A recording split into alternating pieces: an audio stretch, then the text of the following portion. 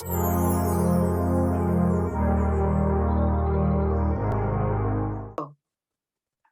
welcome everyone to Women Who Wins Love and Relationships webinar. My name is Dr. Deepa Javeri and I'm a podiatrist in the Boston area. I'm also one of the co-founders of Women Who Win. Women Who Win is a global media platform to empower women, and we share inspiring stories, videos, and webinars such as this. In today's webinar, we share with you information relevant to all women of all ages, industries, and across backgrounds with the hope to make your Valentine's Day more special. I'd like to take a minute to introduce our moderator from Atlanta, Georgia, Dr. Kina Patel.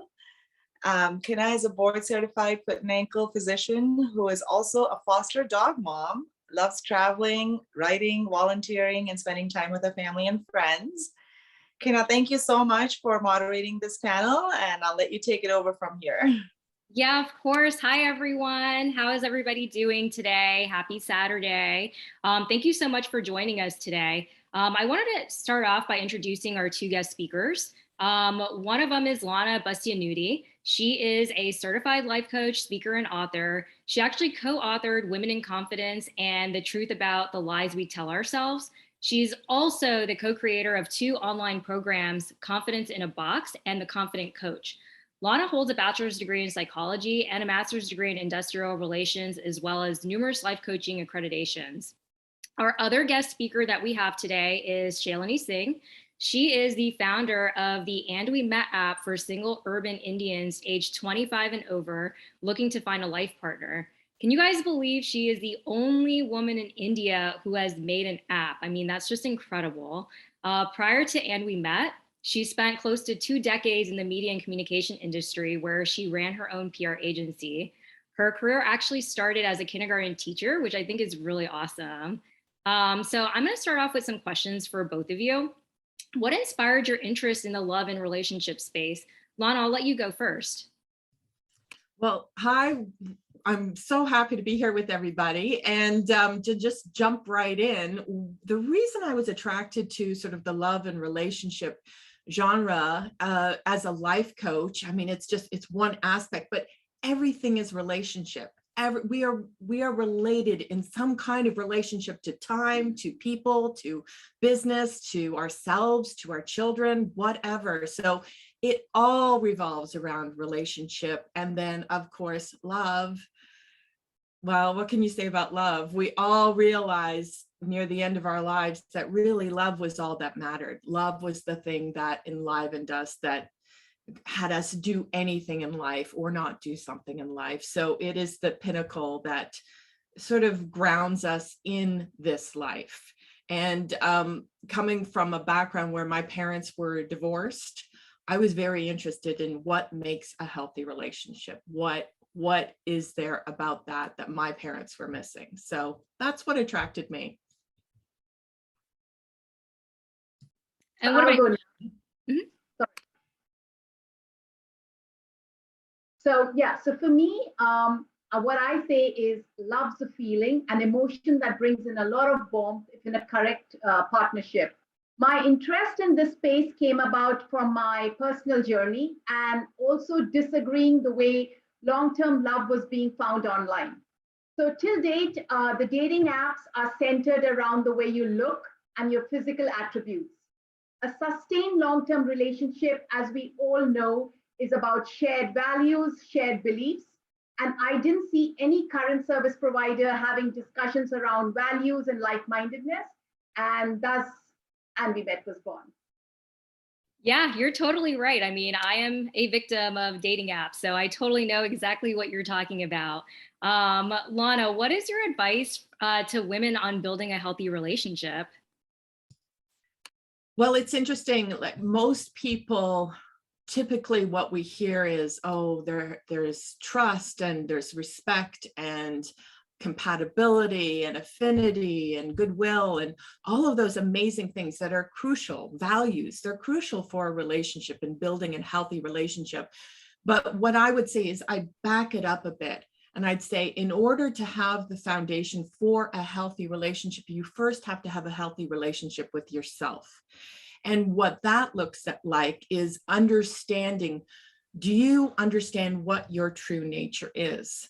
The fact that your true nature, the essence of who we all are, is love. We feel love that is coming through us. So that is our true nature. So what is your relationship to understanding my true nature is actually love? And then something gets piled on top of that kind of moves me away from my true nature.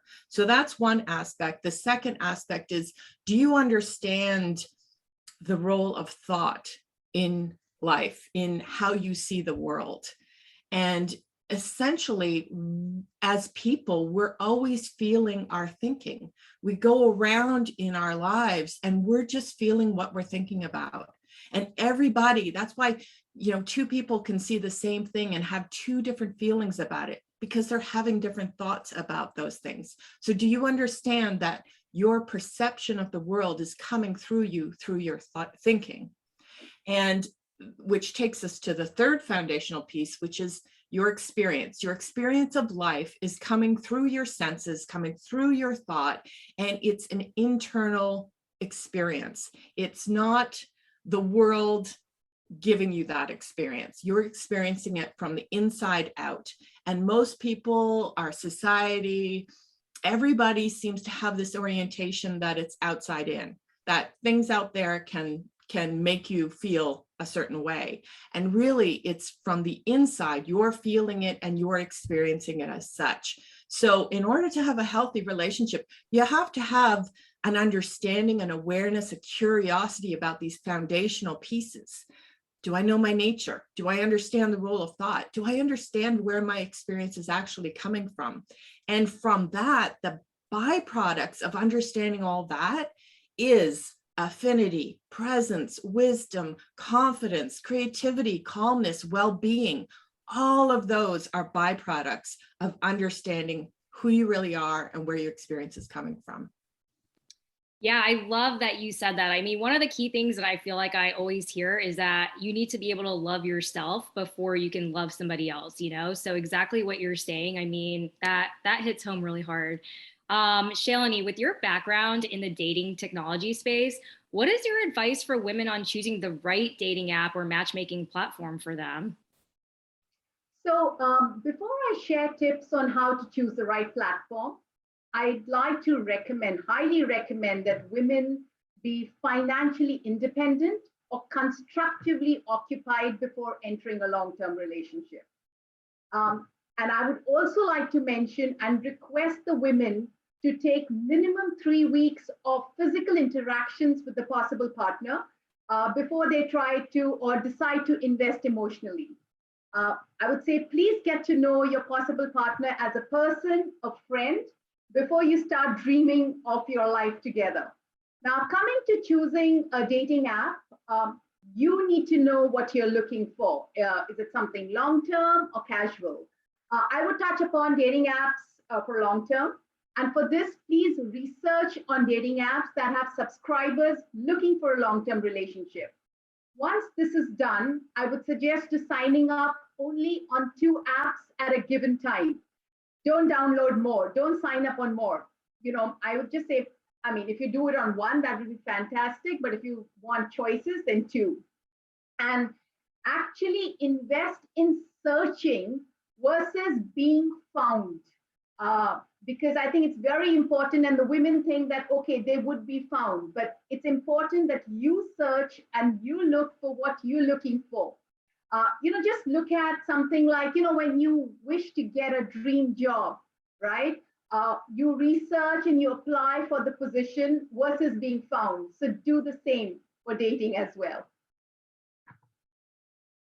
Yeah, I love that. I mean, that makes complete sense. I feel like, nowadays, I feel like people are downloading everything. And then I feel like they just get so confused, because they're on a billion different apps trying to talk to a billion different people. And their focus is just not, it's just not on one place or one person, right? So yeah, no, I totally agree with that. Shalini, one more question for you. How can we vet out the red flags in potential relationships, particularly in online dating?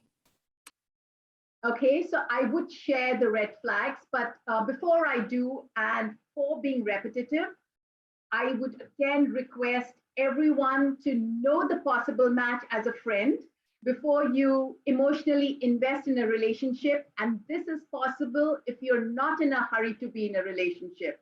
So please don't be in a hurry to be in a relationship. You could be in your 20s, 30s, 40s, 50s, 60s. Take your time. There's 6 red flags that I talk about, and I would take you through them. So the first one I would say is that the possible partner is not prompt in responding to your calls and messages. This is kind of strange because the initial euphoria is very high in any new relationship. And, because both tend to put their best foot forward. So if the possible partner is kind of ignoring you and not taking your calls, definitely see it as a red flag. Another red flag is that, they wish you to be available when they're available, but not otherwise. So start looking at these signs. The third one, what I would say would be they agree to plans and they cancel the plan often under some pretext or the other. The fourth one, what I would say is that they speak a lot about their ex. It's very important to get over your previous relationship before you enter a new one. So if you hear your possible match speaking a lot about their ex, leave that relationship right there and then. The fifth one that I would say is that they're embarrassed or not comfortable to introduce you to their friends. I'm not talking family. To introduce you to their friends after you've decided to be a couple. And the last one, what I call as a red flag is if you are the one who is paying all the time. So this is what I would say are 6 red flags to look out for. Yeah, I love that. The ex thing, I feel like, is such a key thing. That's happened to me before where, I was dating somebody and they would just nonstop talk about their ex. So I love that you said that. That is such a huge red flag. And I've learned the hard way that that's a huge red flag. But yeah, I agree. Definitely agree. Lana, going back to you and your topic of self-love, self-love is a really big topic these days.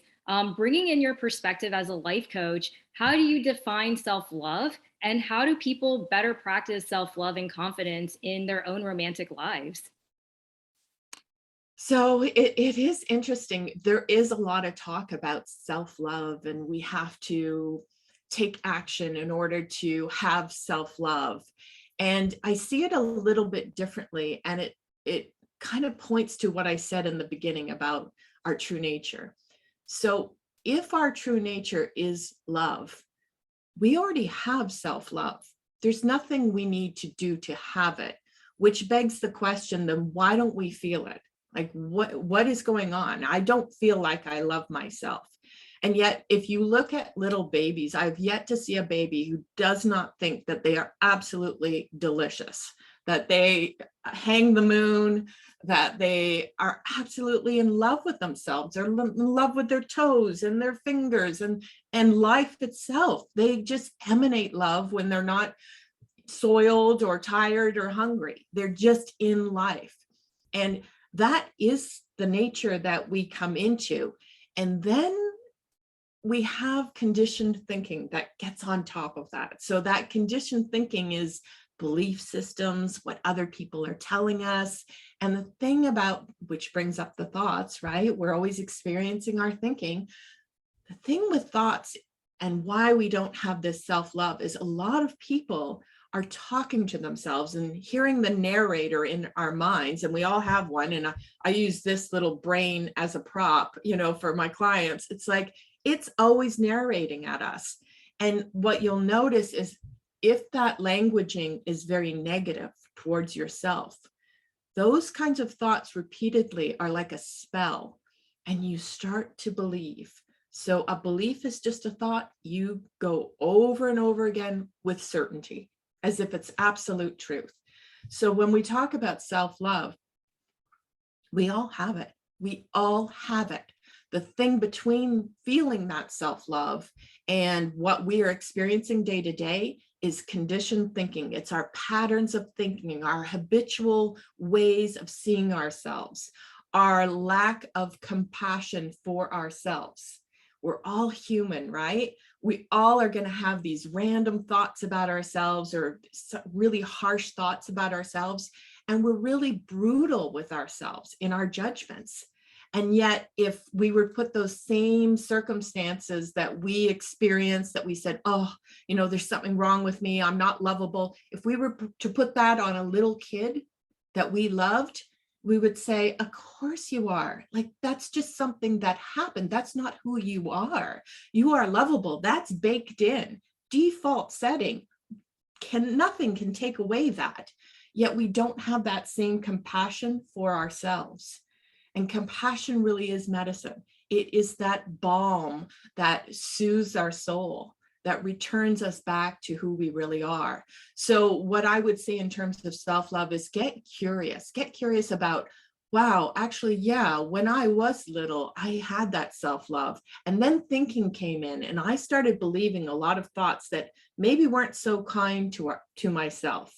Now, can I get curious about what those thoughts are made of? And notice how thoughts are changeable. When we're in a really good mood, everything looks amazing. Even us, we are like, oh, you know what? I am great. Like, I'm fabulous. When our mood drops, suddenly everything gets colored with that same negative palette. So notice those thoughts are changeable. They're not the constant. Your nature is the constant. So get curious about the thoughts you're telling yourself and believing, and start questioning them. Start seeing through the lie that they are. I'd like to add something here as well, if that's okay. Yeah. She talked about self-love, and I just loved when she talked about, when you're a baby and you just love yourself, and you're not really concerned about things around you. And when it comes to relationships and dating, and I'm going to talk about the Indian context, and I'm talking about Indians globally. We've been conditioned that, by this age, you finish your education, then by this age, you get married, by this age, you have children. Nobody asks you, do you want to get married? Do you want to be in a domestic partnership? Do you want just a companion? We're just boxing relationships. And with that, there's a lot of pressure. And like she talked about conditioning, right? And there's so much, because relationships cannot be boxed. They are extremely personalized. Not only this, so and I get that a lot on Andy Met, that I'm in my 30s, both men and women, I'm in my 40s.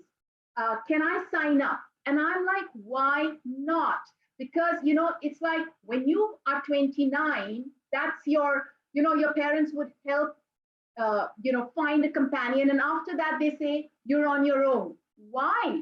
And you are single for several reasons, because you couldn't find a partner, your earlier relationship didn't work out, you had different priorities, or you want to stay single. But what happens is you forget all that. You could be your bubbly, chirpy self in your 20s, and suddenly in 30s or 40s, or if you're divorced, right? Or if you're a single parent. Like, I have people who say, I'm a single parent, can I find love? And I'm like, anybody can find love. But before you find love, and as Lana said, if you invest in self-love, nothing can stop you from finding love and the right person, and so on and so forth. Yeah, no, I agree. I feel like as, brown people, we do tend to put things in a big box, right? And, I think one of the hardest things, like, I know for myself and for a lot of my friends that are still single, we're all in our 30s, all educated, we spent a lot of time in school or residency or doing other things, and, just didn't have the time to focus on that aspect of our life. And a lot of it comes down to, I go home, I go to like an Indian party, like a wedding or something, and everybody's like, oh, so when are you getting married next? Or are you dating anybody? And it's like, hey, I just worked a 15-hour shift. Like, I don't have time to date anybody, like I am really busy right now. Like, and do I want to prioritize that? Of course I do. But it's also like, I want to prioritize myself and my career and things that make me happy as well. Right. So, I mean, Shalini, what do you suggest, like, for people, to get out of those stereotypes? I feel like every time I go home or every time I'm around like aunties or uncles at some type of party, it's nonstop, you know, like the questions keep firing. And then it almost like it makes me feel defeated. It makes me actually feel bad about myself that, you know, I'm surrounded by people that are married with kids, right? Some of my best friends are married with kids, but I'm not, right? So it makes me feel a little bad, you know, and then it almost makes me want to avoid going to these events because I don't want to get asked those questions. So yeah, and so this is where you are, and then there are people who are in a domestic partnership or as called live-in, because that's also not acceptable because you're not married. I think it's very, very important for us to sit down the people who show concern. Okay, not everybody. I think it's very important to sit them down and to talk to them and to tell them because they are looking up in their own way. They're looking out for you and they want you to be happy, and they don't realize that they're messing it up for you. So I guess it's important to tell them that, look, please don't put this pressure. I would like to find a partner. I'm not being able to find one, or I don't want to find a partner, or this is what I want. But it's, what we do is we kind of avoid, right? And I think it's important to sit down to your parents, because the parents are going to say, okay, so and so auntie is asking, she's educated, she is attractive, why hasn't she found someone? I mean, for all you know, you have a different preference, right? So I'm saying that, what I would say is that it's important to talk and educate people who you think are concerned for you, and for the others, ignore. It's like noise. Like you ignore so many things, ignore. Keep living your life. If you have friends who are married and you think that they make you feel uncomfortable, move away, even if they were friends from school, because they need to accept you for who you are. And if they're going on questioning you, or ask them to help you find someone, if that's what it is, right? So, but I think it's best to not ignore, and it's best to talk and educate in a calm way versus throwing tantrums. That's great advice.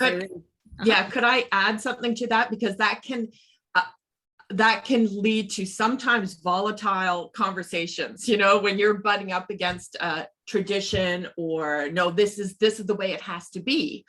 So what you want to do in advance is get yourself in a really good feeling state. If you are having goodwill towards the other people, as Shalini said, they just want the best for you, right? So they are coming from a place of love, like they love you, and they've been conditioned to believe in order for you to be okay, this is what it has to look like in your life. Otherwise, she may not be okay. So they're coming from a place of love, but they're also coming from a place of fear. Like fear that she's not going to be okay if she does not have a partner by this age. So, you're not settled. You're not, so what they say is you're not settled till you don't have a partner. Right. And that's just a belief. That is a belief. If you went in another country, it would be completely different. Another culture, completely different. So it's you really being grounded in the truth of, where does love come from? So for example, if somebody that you're not attracted to, you don't really like, they say, I love you. Do you feel that love when they say that? You don't. Not typically. If you're not attracted, you don't love them, and they say, but I love you, you're like, okay, but you're shut down. Like, you don't feel the love, because the love is actually, it's not coming from them. It's coming from within you. So if you're really grounded and secure in, wait a minute, I already have love. The love I need, everything I want is already inside me. It's not out there. If and when I find a partner or somebody to share a life with, that's phenomenal. But there's nobody who's actually got the truth of when that should be. This is when you should have this, and otherwise forget about it. Your life is ruined. Question that. And if you can question it in a loving way, knowing that they're just innocent. They're believing something truly. So they're not doing it to hurt you. But if you can be so secure in the knowledge that you've got everything and you need inside, and it will happen when it happens, when you want it to happen or not. And you're still okay. You are still full of well-being and love. Yeah, no, I love that. Love it, love it. I have another question for you guys. It's going to be for both of you. With Valentine's Day and of course Galentine's Day around the corner, what are some of your favorite date ideas, whether it's virtual or in person? Shalini, I'll let you go first. All right. So if you ask me, I would say let Valentine's Day be about loving yourself and pampering yourself. I know the thought behind the day, it's to celebrate love with your partner. But for me, what I say is that, this should not be, so, the love with your partner should actually ideally be celebrated every week, fortnight, or every month versus one day in the year. So what I say is let February 14th be about self-love. And you asked for some date ideas, and if I have to suggest, and this is what I tell people, sign up for an activity class, go out for a run, walk, bike ride, whatever works for you both, or go to the zoo or do things that help you relive being a child. I love that. I love that. Lana, what about you? Yeah, I'm right on board with you. February 14th is one of those things that our society says, oh, this is when you actually declare your love. You can be awful to each other all year, but on the 14th, now you got to tell each other how much you love each other and show each other and buy presents and blah, blah, blah, blah. So if you want to celebrate it, great. If you don't, great. It has nothing to do with your lovability. It has nothing to do with your worth. It has nothing to do with whether or not your life is a success or a failure. That it's irrelevant. So go enjoy the day if you want to. Have fun. Do movie night. Do game night. Write love letters to each other. Write a love letter to yourself. Like the self-love that you're talking about. Like what would light you up? What would make you feel alive? Throw on the music and dance like nobody's watching. Like just do something that makes you feel alive, that connects you to that place, that deeper place within you that is your nature, which has all those amazing qualities we all want, which we already have. Yeah, no, I agree. So what I wanted to do now is open up the Q&A session for these two. You guys got any questions for us coming in?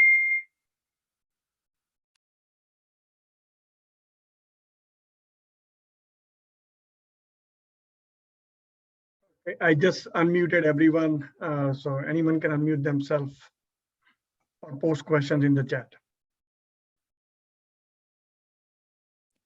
We have a question coming into the chat. It is, what is your advice to empty nesters or dating for older adults? I would take that. How is it, so for empty nesters or dating, I mean, it could be just the same as what it is for younger folks. I mean, they can also relive being a child again and do something interesting.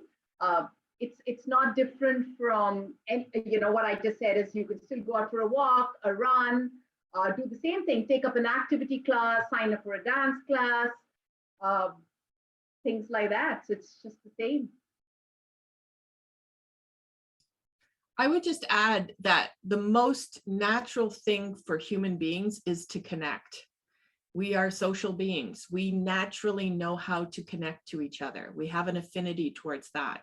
So when we don't get caught up in our thinking about, oh my gosh, I'm an empty nester, I haven't been out there for so long, we get caught up in there, and then suddenly we don't know how to connect because we're paying attention to our personal minds instead of just being present, where it's so, you can be at a bus stop and just start talking to somebody. Because it's easy to connect when this is settled down and we have nothing on it. Easiest thing to connect with another person. We're wired for it. Yeah, no, I agree. Based off of that, Lana, I had a question. It's actually like a question that I just thought of for myself. if you're dating somebody, what are some things that you can do to better connect? Because I feel like, with work and like, I don't know, I feel like once you get off of work, you're just like really tired and it's hard to like open up those deeper questions. What are some like good activities or things that we can do to like really just delve deep into a relationship? I think if you're already in a relationship and you both have busy lives, I think one of the most important things is to be really committed to having affinity, goodwill for the other person. So that means also giving them the benefit of the doubt. So recognizing if they're tired, they've worked a full day, if they're tired, maybe it's not the time to bring up, oh, you left the dishwasher open earlier this morning and we need to talk about this. Like it's that kind of goodwill, because if you have that for each other, naturally deeper feelings will come forward. They will naturally just evolve. You don't even have to, I mean, some of the deepest conversations you'll have is just being present with another, and no words are even spoken. No words. You're just there with them. And there's this feeling of connection and presence and love that exudes within your space. And you haven't had a conversation. You haven't had words go back and forth. It's just how you are showing up with the other. So you come home, you've had a busy day. It's like, can you slough off the busyness of the mind, the heaviness of that energy, and just be present with the other? And that will do wonders for a relationship. And so I'm just trying to understand your question again. Are you asking that how do I get to know the person more as I'm dating someone new? Yeah, it's a combination of both. Yeah, how to get to know the person a little bit more and just how to feel more of a connection, I guess. So yeah, so I think how do you get a person know? I think games, if you play board games, or just if you play games, I think that helps a lot. If you do puzzles, that helps. If you are ready to introduce each other to friends, you see how you behave. I think, and it's also very important, and this is what I think, and I don't know if I believe that, you need to ask your possible partner about if they have friends from their school days or college days, or, ask them to define their, they don't need to have many friends, but even if they have one or two friends, here, also ask them to talk about their family, to talk about the people that they know, and hear how they talk. Listen to what they are saying, right? So you would get to know, is this person a happy person? Like happy in the sense that, yes, there could be issues, but can come out of it. So this is what you have these kind of conversations versus asking, why aren't you saying I love you to me, or things like that, right? So or why haven't you given me flowers on Valentine's, or things like that. I think it's important to get to know the person, ask them about their growing up years, life growing up, how was it? Have very simple and light questions, and this way you get to know them a bit more, and to tell about yourself to them as well. This is Yeah, what thank you. And I think what that then gives you is an idea of how do they see the world? How do they see life? How are they interacting? What's their relationship to that? So that really gives you a really good insight into their world. And the other big thing is just have some shared experiences together. If it's cooking dinner together, that's an experience. It's the little things. I mean, sometimes, here I am talking about death again, but I think it's my neighbor's husband just died. So it's on my mind. But it's the things that she remembers are the ordinary things. Bringing the groceries in. Like it's these ordinary little experiences that you're hand in hand with somebody else having this shared experience. And even when you're apart, you trust they're there. They've got your back. You've got theirs. So that deepens. But I think it's very wise to see what their experience of life is. How are they oriented that way? Get curious. I love that. I love that. Somebody had a recommendation saying that they recommend the game Icebreaker Deeper Talk by Best Self. So if anybody's interested in that, just wanted to share that. I have another question in the chat. How do we deal with cultural differences in dating? So I'm going to tell my own story. So I come from the northern part of India, and the language I speak, and my life partner comes from the southern part of the country. We are from the same country, but culturally very different. Even the way we were brought up. So our common language actually is English, because he doesn't speak my language, which is Hindi, and I don't speak his, or even he at least understands my language. I don't even understand his language, which is Tamil, which means that when his family gets together, they would just converse in Tamil. It took me some time because I used to feel like a fly in the wall. But my man's fantastic, and we share a fantastic relationship. So, but initially it did bother me. But then slowly I understood. And then what Shalini would do is involve me in conversations, and like whatever jokes that they would crack, they would involve me in. And I started easing, myself in the process. But having said this, there are some jokes which are there in my language, which I would read and laugh. And if I would share it with, and if I translate it in English, the whole thing goes away, right? So yes. So I'm talking about the same country, of the same ethnicity, there are cultural differences, right? Our food is different. The way even the way I wear, the way I dress up is very different from the way his family dresses up. So it's very, very different. And now if you talk about, different nationalities, I think it's very, very similar, but it also depends on, and if it's, and as Indians, or, as brown people, as what you call them, when we get into a relationship, it's not about individuals, it's about the whole family.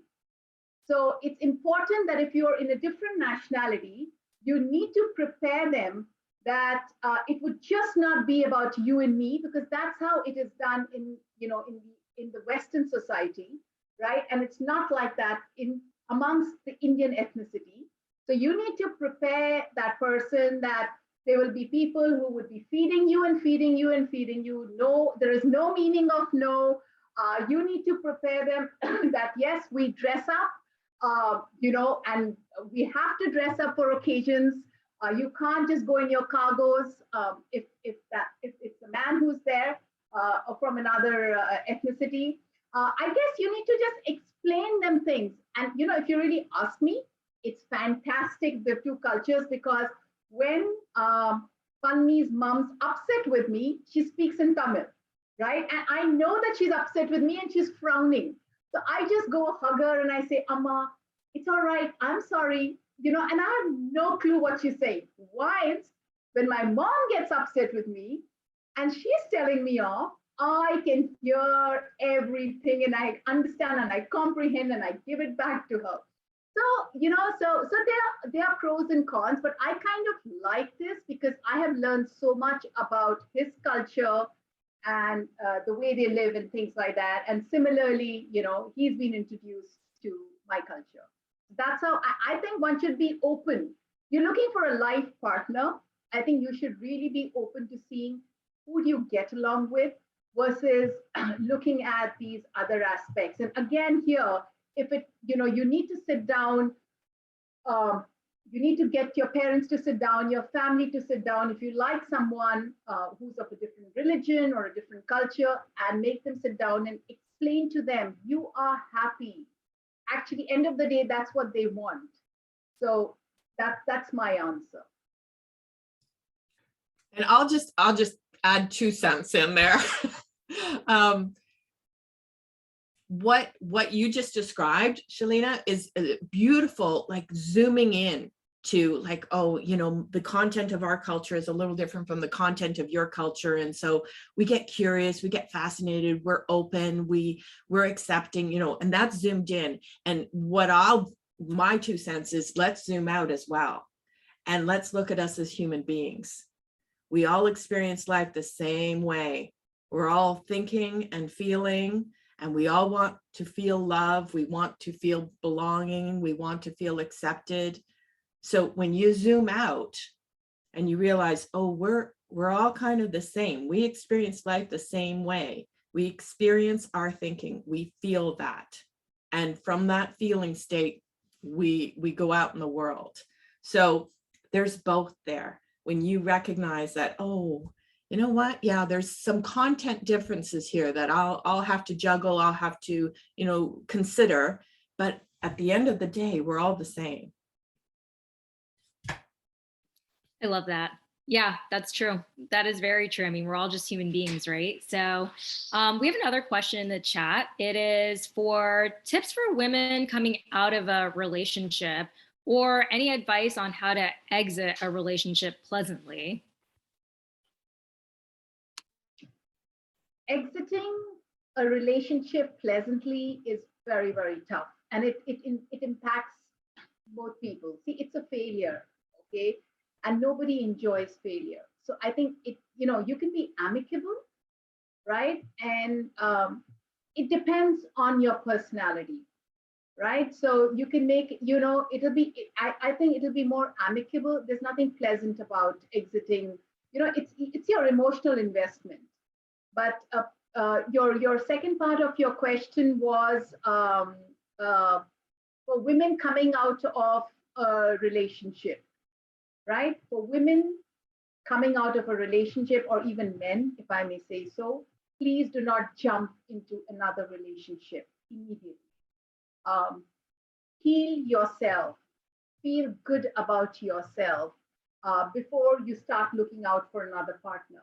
And it's absolutely fine if you don't want to look for another partner, to be honest. So I think it's important to find yourself, because like I said, is that when a relationship gets over, it does upset you, and you got to accept it. And just heal yourself, do things that you enjoy, take it slow. Nothing happens immediately. It doesn't happen overnight. It could take 3 months to 2 years, which is absolutely fine. Time's not running out. And this is what I tell people when I'm asked this. So what I would say is, if you're ending a relationship, try to get yourself into either a neutral or a good feeling place when doing it. You don't want to do it from charged emotions where you're going to say something that is damaging or hurtful. That's like the poison you're drinking too. So you don't want to get into that. You want to get yourself into a really clean place where you're listening to, if you're the one doing the breaking up, you're listening to your intuition, your gut, your wisdom, your common sense that says, no, this relationship either needs to end because there's something going on that intuitively, no, I need to end this, or it's run its course. Like it's okay. It's run its course, and we've both seen something or grown from it regardless. So you want to get yourself into a neutral or a good place when doing that. So you have a clarity of mind, you have presence of mind to be able to handle whatever comes at you. If you're the one who's being left, then sometimes that's a shock to our system, because we interpret that, the meaning we make of it is, I'm being rejected. And once again, it goes to that sense of worth within ourselves, that sense of self-love. And it's like, well, wait a minute, can I really be rejected? Or is it just he or she's got a preference? And that's okay, because if I had a preference for something different, I'd want to be okay with that, or I'd want him or her to be okay with that. It really has nothing to do with you, which is a really hard thing sometimes to grasp, because it's like, no, it totally has something to do with me, because he said or she said that he didn't like this or this or this, and it's all these personal details, but really it's what's going on in their mind that has come to the conclusion that the relationship it's his relationship or her relationship with her own thinking that is ending that relationship. So if you can have some space between that, you realize, oh, it isn't personal, like in that sense. It's not a rejection of me that now I'm unlovable, now I'm damaged goods, which a lot of us interpret. And that's why it's so important to have that healthy relationship with your thinking, with understanding, oh, what's the role of thought in terms of how I experience my life? It's really important to have that distinction. And then the other thing is, which Shalini already alluded to, is when a relationship ends, there's a natural grieving. Something is now changed in your life. So there is natural grieving of that, and that's okay. That's where compassion can come in and say, okay, I need to slow down a little bit. I need to feel this. I don't need to make it wrong. I don't need to brush it away or rush into something else or distract myself or whatever. Feel what you're feeling. You can grow through that instead of resisting it and not allowing it to come through you, because it'll find you somewhere later on. It'll find you. So allow that grieving to happen, and it'll take however much time it takes, and you'll know. Yeah, I love. Sorry, do you want to go? No, go ahead. I want to add something more here. If there is abuse, there is cheating, I understand, right? Like, mental, physical abuse, and there is emotional cheating or whatever, and you want to break a relationship. I understand that. But I also, as I'm, getting into this industry and I am talking to a lot of people, I do see that many of us, men and women, do not know what to expect from a relationship or what is a relationship, right? So we get into it because we are asked to marry or find a partner because, you're being asked, why and who are you dating, because you're supposed to be doing it, right? And so I think it is very, very important to go to experts and talk to them and ask them, what do I expect from a relationship? You're a doctor, you didn't become a doctor overnight. Or let's say, even if your parents are a doctor, you don't become a doctor, right? You may know that, okay, I need to have a Tylenol if I have a headache, but you do not become a doctor, right? You go educate yourself, correct? It is also said that, I'm just giving an example, that even in a relationship, so even, you go to a dentist every 6 months, you go to a physician, at least you go for a health checkup. So similarly, what I think is so important to go to a relationship expert, okay, clinical psychologist, a life coach, a dating expert, even prior to a relationship, to understand what is a relationship. Because I think with this swipe right, swipe left business and this FOMO business, which we don't have on AnviMed, I think it's just making you, it has you on the edge, right?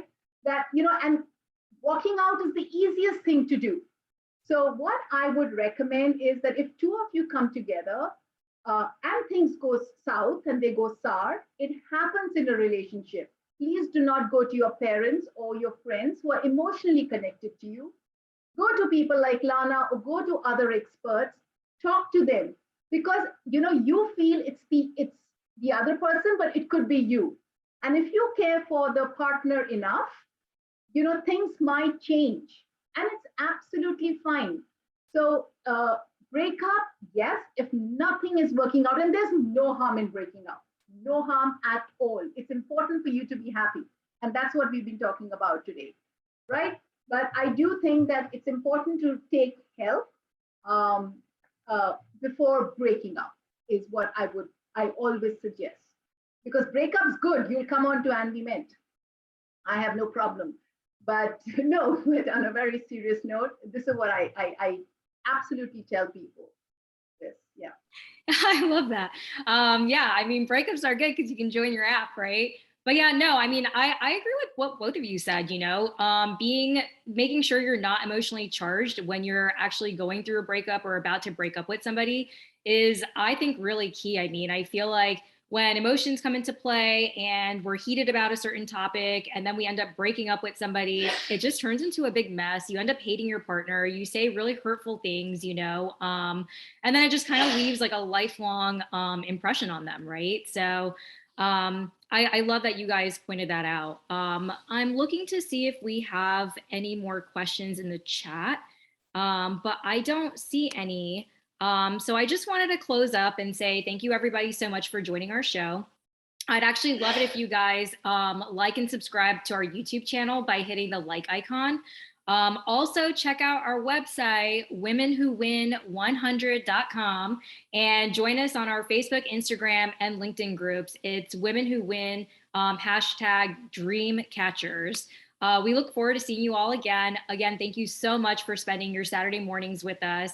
And I also wanted to give a special thank you to Dr. Manju Sheth, Dr. Drumil Shah, and also Shalini Singh as well. So I hope you guys have an awesome weekend. Enjoy your Valentine's Day weekend.